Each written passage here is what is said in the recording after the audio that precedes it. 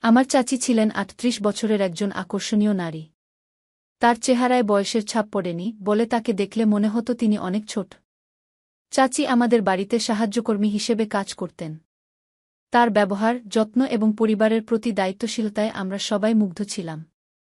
একদিন চাচি বললেন, আমি তোমার পায়ে তেল মালিশ করে দিতে চাই। আমি বারবার বললাম, চাচি, এটা ঠিক হবে না, কিন্তু তিনি জোর করলেন। তখন আমি ছিলাম ২-১ বছরের তরুণ। চাচির এই ব্যবহার আমাকে অবাক করেছিল। ছোটবেলা থেকে তিনি আমাকে সবসময় ভালোবাসতেন, আমার যত্ন নিতেন। মা-বাবা মালয়েশিয়ায় ২ মাসের জন্য যাওয়ার সময় বাড়ির দায়িত্ব চাচির উপরই ছিল। চাচি ছিলেন এমন একজন, যিনি সংসারের প্রতিটি বিষয়ে খুঁটিনাটি জানতেন। তার জন্য আমাদের কখনোই কোনো অসুবিধা হয়নি। মা-বাবা যাওয়ার পর চাচির সঙ্গে আমার সময় কাটত বাড়ির কাজ নিয়ে। তার প্রতি আমার মুগ্ধতা ধীরে ধীরে বাড়তে থাকে। একদিন আমি তার কাছে গেলাম। তিনি তখন ঘরের কিছু কাজ করছিলেন। তার প্রতি আমার যে ভালো লাগা কাজ করছিল, তা কোনোভাবেই তাকে বলতে পারছিলাম না। একদিন মায়ের শাড়ি পরে চাচি যখন ঘরে এলেন, তখন তাকে দেখে আমি সত্যিই অবাক হয়ে গেলাম। শাড়িতে তাকে এত সুন্দর লাগছিল যে আমি কিছুক্ষণ তাকিয়েই রইলাম। তিনি বললেন, তোমার মায়ের শাড়িতে আমাকে কেমন লাগছে, সুমন? আমি কিছু বলতে পারলাম না। তার সৌন্দর্যে আমি মুগ্ধ হয়ে গিয়েছিলাম। পরবর্তী কিছুদিন চাচি আমাকে ছোটবেলার স্মৃতিগুলো মনে করিয়ে দিচ্ছিলেন। তার সঙ্গে গল্প করতে করতে আমি আবেগপ্রবণ হয়ে পড়তাম।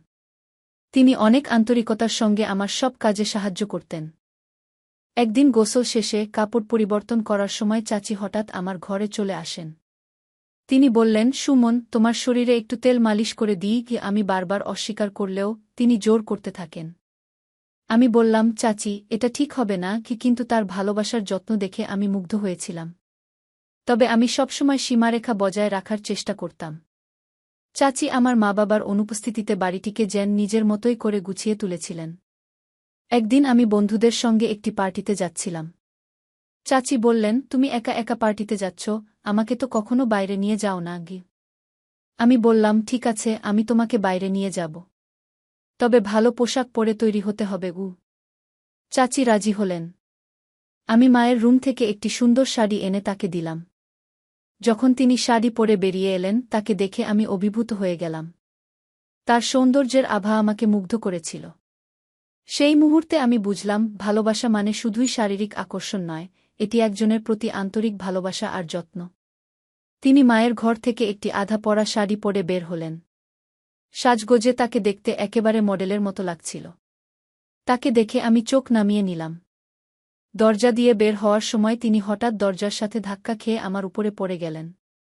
আমি লজ্জা পেয়ে দ্রুত সরানোর চেষ্টা করলাম। কিন্তু তিনি তখনও পড়েছিলেন। আমি ধীরে ধীরে তাকে সরে যেতে বললাম এবং কিছুক্ষণ পরে তিনি উঠে দাঁড়ালেন। তার স্যান্ডেল খুলে রেখে আমি মায়ের একটি সাধারণ স্যান্ডেল এনে দিলাম। এরপর আমরা দুজন গাড়িতে করে পার্টিতে যাচ্ছিলাম। পার্টিতে গিয়ে আমার বন্ধুরা তাকে দেখে মনে করল তিনি আমার বান্ধবী। কিন্তু চাচি তাদের ভুল না ভেঙে বরং সবার সামনে বললেন, আমি সুমনের বন্ধু। পার্টি শেষে আমি তাকে জিজ্ঞেস করলাম, তুমি কেন এমন করলে?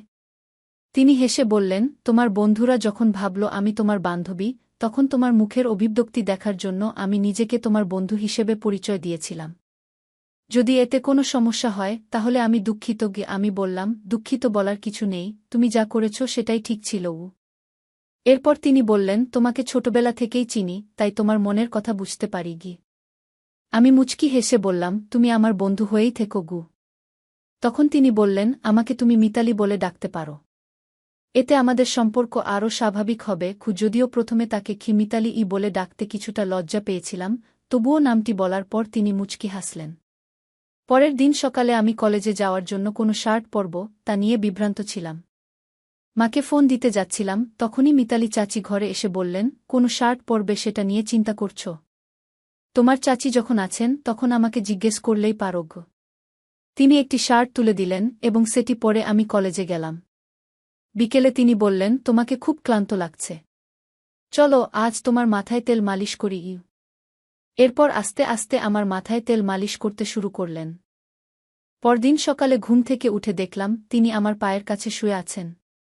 আমি আতঙ্কিত হয়ে বললাম, আপনি এখানে কেন? তিনি বললেন, আমি শুধু তোমার কাঁধে হাত রেখেছিলাম আর তাতেই তুমি ঘুমিয়ে পড়েছিলে। তোমার মা কি কখনো তোমাকে এমন মালিশ করে দেয়নি? আমি বললাম, আমার মা সবসময় আমার যত্ন নেন, তবে এটি আমার জন্য নতুন অভিজ্ঞতা। মিতালি চাচি চুপচাপ মাথা নিচু করে বাইরে চলে গেলেন। কয়েকদিন পর বাবা-মা বাসায় ফিরে এলেন। রাতের খাবারের পর মিতালি চাচি রান্নাঘর পরিষ্কার করে নিজের ঘরে চলে গেলেন।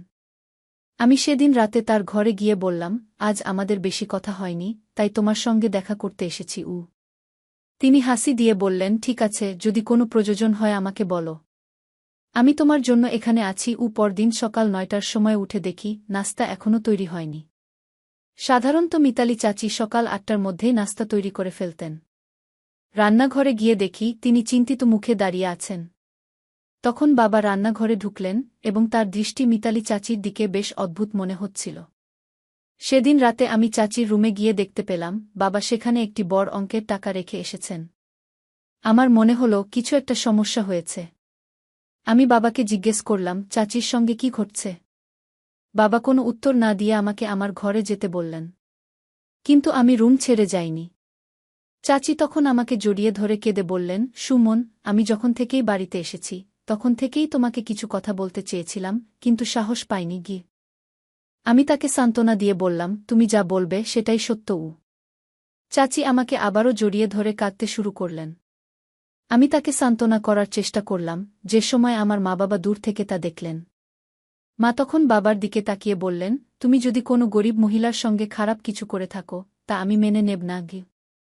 আমি চাচিকে বললাম, এখন চুপ থাকাই ভালো। এখানে চুপচাপ থেকে চলে যাও। কিন্তু হঠাৎ চাচি চিৎকার করে বললেন, আমি আর চুপ থাকতে পারব না। আমি সুমনকে সব সত্যি বলব। তিনি বলতে শুরু করলেন, তুমি জানো না যে তোমার আসল মা রুমি, যিনি কয়েক বছর আগে এই বাড়িতে কাজ করতে এসেছিলেন, তিনি যমজ সন্তানের জন্ম দিয়েছিলেন। তাদের মধ্যে একজনকে আমি বড় করেছি।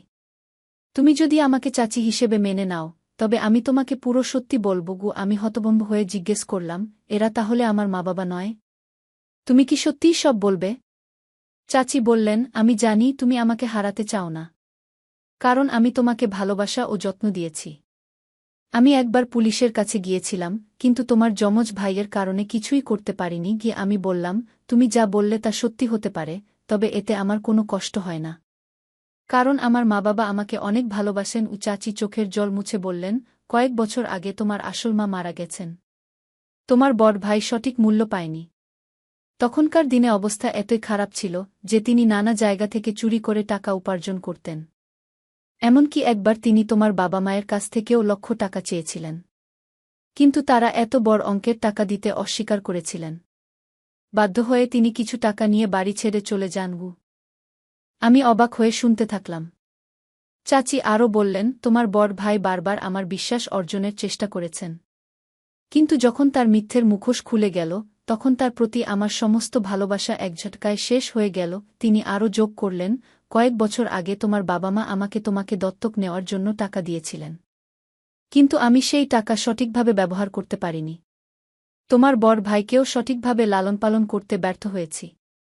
যদি আমি সময়ের গুরুত্ব এবং অর্থের মূল্য বুঝতাম তাহলে আজ তোমার ভাই বেঁচে থাকতেন এবং নিজের পথে সফলতা অর্জন করতে পারতেন। আমি বললাম, চাচি, আপনি ঠিক বলেছেন। টাকার চেয়ে সঠিক মূল্যবোধ ও শিক্ষার গুরুত্ব অনেক বেশি। আপনি টাকা দিয়ে ভালো পোশাক কিনতে পারেন, কিন্তু মূল্যবোধ কিনতে পারেন না।